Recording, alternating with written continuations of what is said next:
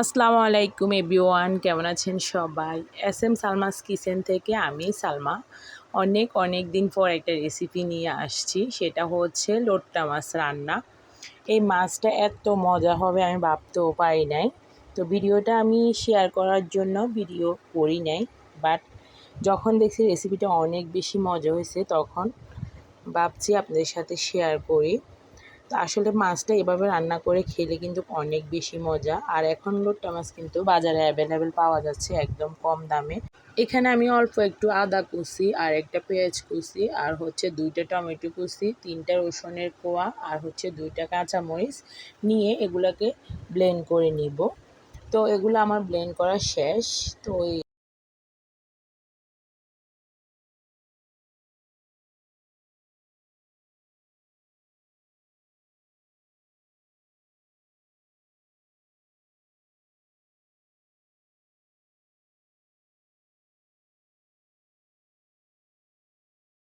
আমি এখানে 1 কেজি মাছ নিছি। তো মাছগুলোকে একদম আমি কেটে কুটে ক্লিন করে নিছি। আর হচ্ছে এখানে আমি 1 কাপ ময়দা নিছি। ময়দার ভিতরে আমি 1 চামচ দিয়ে দিছি হলুদ গুঁড়া আর দিয়ে দিব এখানে স্বাদ অনুযায়ী লবণ দিয়ে আমি এটাকে মেখে নিব। এরপর আমি মাছটাকে এই ময়দাটার ভিতরে কোট করে নিব। তা আসলে মাছটা কিন্তু আপনি এভাবেও ফ্রাই করে খেতে পারবেন রান্না ছাড়া, এটাও অনেক বেশি মজা। আমি ওইভাবেও খাইছি। তো এখানে আমি পর্যাপ্ত পরিমাণ তেল দিয়ে দিছি। তেলটা গরম হয়ে যাওয়ার পরে আমি মাছগুলা ময়দাটার ভিতরে এভাবে কোট করে ছেড়ে দিব। এগুলা ভালোভাবে একটা একটা করে দিয়ে দিব। তো এগুলাকে আমি প্রথম অবস্থায় একটু হাইটে দিব চুলাটা, যেহেতু লোট্টা মাছটা একটু নরম, যেন এগুলা নিচের সাইডটা একটু লালচে টাইপের হয়ে যায়, তাহলে এগুলা উঠাইতে আমার সহজ হবে। তো এগুলা আমি সবগুলা দিয়ে দিছি, সবগুলা দিই নাই, অর্ধেকটা দিয়ে দিছি। তো এভাবে আমি সবগুলা লোট্টা মাছ ভেজে নিব। এখানে আমার একটা লোট্টা মাছও ভাঙবে না, মাছগুলো একদম শক্ত শক্ত হয়ে যাবে। তো এই পর্যায়েও এভাবে ফ্রাই করে এগুলো খেতে পারবেন লোট্টা মাছটা। এখনও এগুলো গরম ভাতের সাথে খেলে অনেক বেশি মজা। তো দেখেন আমার সম্পূর্ণটা ভাজা হয়ে গেছে, আমি অফ ক্যামেরায় এগুলা ভেজে নিছি। তো এখন আমি এই তেলটার ভিতরে যে তেলটা ছিল এই তেলটার ভিতরে মশলাটা করে নেব। তো আমি এখানে আরও একটা বড় সাইজের পেঁয়াজ কুচি দিয়ে দিছি। আর যে মশলাটা আমি আগে থেকে করে নিচ্ছি ওইটাও আমি অ্যাড করব, এটা আমি এক সাইডে রেখে দিছি। এখন আমি এখানে বড় সাইজের একটা পেঁয়াজ কুচি দিয়ে দিছি। এটাকে আমি পেঁয়াজটাকে একটু ব্রাউন কালার করে নেব। এরপরে অন্যগুলো দিয়ে দিব। আসলে মাছটা একবার হলেও আপনারা ট্রাই করে দেখবেন এভাবে। এই রেসিপিটা সম্পূর্ণ আমার নিজে থেকে করছি। ভিডিওটা ভাবছিলাম দিব না, পরে দেখতেছি রেসিপিটা এত বেশি মজা হয়েছে, একদম মাছটা মাংসর মতো হয়েছে খাইতে। এটা মনে হচ্ছে না এটার ভিতরে লোট্টা মাছের যে একটা বাজে স্মেল থাকে ওইটাও নাই। মাছটা অনেক বেশি মজা হয়েছে। তো আমার ফেসটা ব্রাউন কালার হয়ে যাওয়ার পর এখন আমি এখানে দিয়ে দিছি 1 চা চামচ হলুদ গুঁড়া। এরপরে দিয়ে দিব বাকি মশলাগুলা। তো মাছগুলা আসলে এভাবে রান্না করে একবার হলেও ট্রাই করে দেখবেন। এখানে দিয়ে দিচ্ছি 1 চা চামচ জিরা গুঁড়া। এরপরে দিয়ে দিচ্ছি 1 চা চামচ ধনিয়া গুঁড়া। এরপরে দিয়ে দিচ্ছি 1 চা চামচ মরিচ গুঁড়া, আপনারা যেরকম জাল খেতে চান ওই অনুযায়ী দিয়ে দিবেন। এরপরে আমি এখানে কিছুটা কাশ্মীরি পাউডার ইউজ করতেছি, কালারটা যেন সুন্দর আসে। এটা কিন্তু জাল হবে না, এটা হচ্ছে কালারটা আপনার সুন্দর করবে এই মরিচটা। এরপর অল্প একটু পানি দিয়ে আমি এটাকে কষিয়ে নিতেছি। তো এভাবে ভালো করে মশলাটা কষালে মজা হবে মাছটা। তার যেই মশলাটা আমি ব্লেন্ড করে রেখেছিলাম ওইটা আমি সম্পূর্ণটা দিয়ে দিছি। তো এটাকে আমি ভালোভাবে কষিয়ে নিব। এখানে আমি স্বাদ অনুযায়ী লবণ দিয়ে দিছি। এরপরে আমি এটাকেও ভালোভাবে কষিয়ে আমি এখানে টমেটোগুলো অ্যাড করে দিব।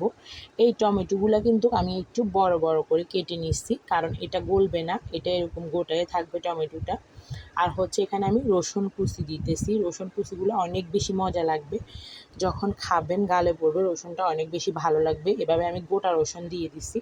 আর হচ্ছে এখানে কাঁচামরিচ ফালি করে দিয়ে দিছি। তো এটা আমি একটু ভালোভাবে 1 মিনিট কষিয়ে আমি মাছগুলো দিয়ে দিব।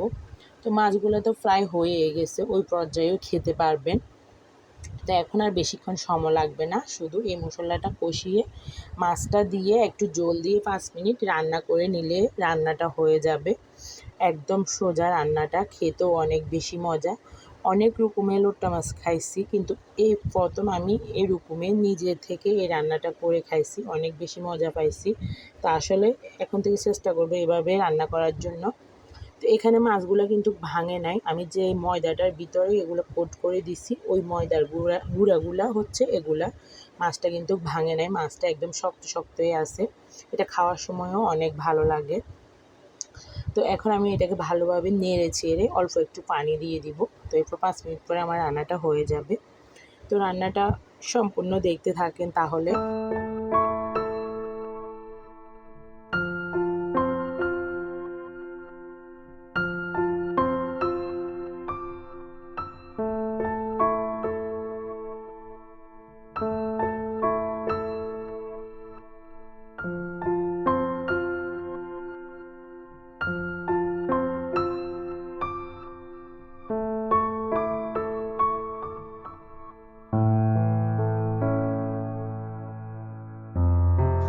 আমার রান্নাটা হয়ে গেছে, এখন আমি এটাকে নেড়ে চেড়ে এটার ভিতরে ধনেপাতা অ্যাড করে দিব, তাহলে এটা আরও বেশি মজা হবে।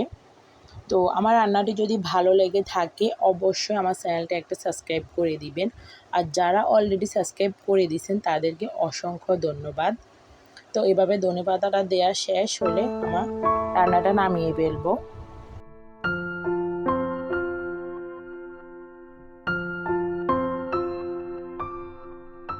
দেখেন একটা টমেটো ভাঙে নাই, যেহেতু আমি আগে 2টা টমেটো ব্লেন্ড করে দিছি ঝোলটা ঘন হওয়ার জন্য, তাই এই টমেটোগুলোকে আমি বড় বড় করে দিছি যেন এগুলো গোটা থাকে। তো মাছগুলোও দেখেন একটাও ভাঙে নাই। তো রান্নাটা সম্পূর্ণ রেডি। তো রসুনগুলোও দেখেন, এই রসুনগুলো দিয়ে যখন ভাতের লোকমাটা মুখে দিবেন অনেক বেশি মজা লাগে।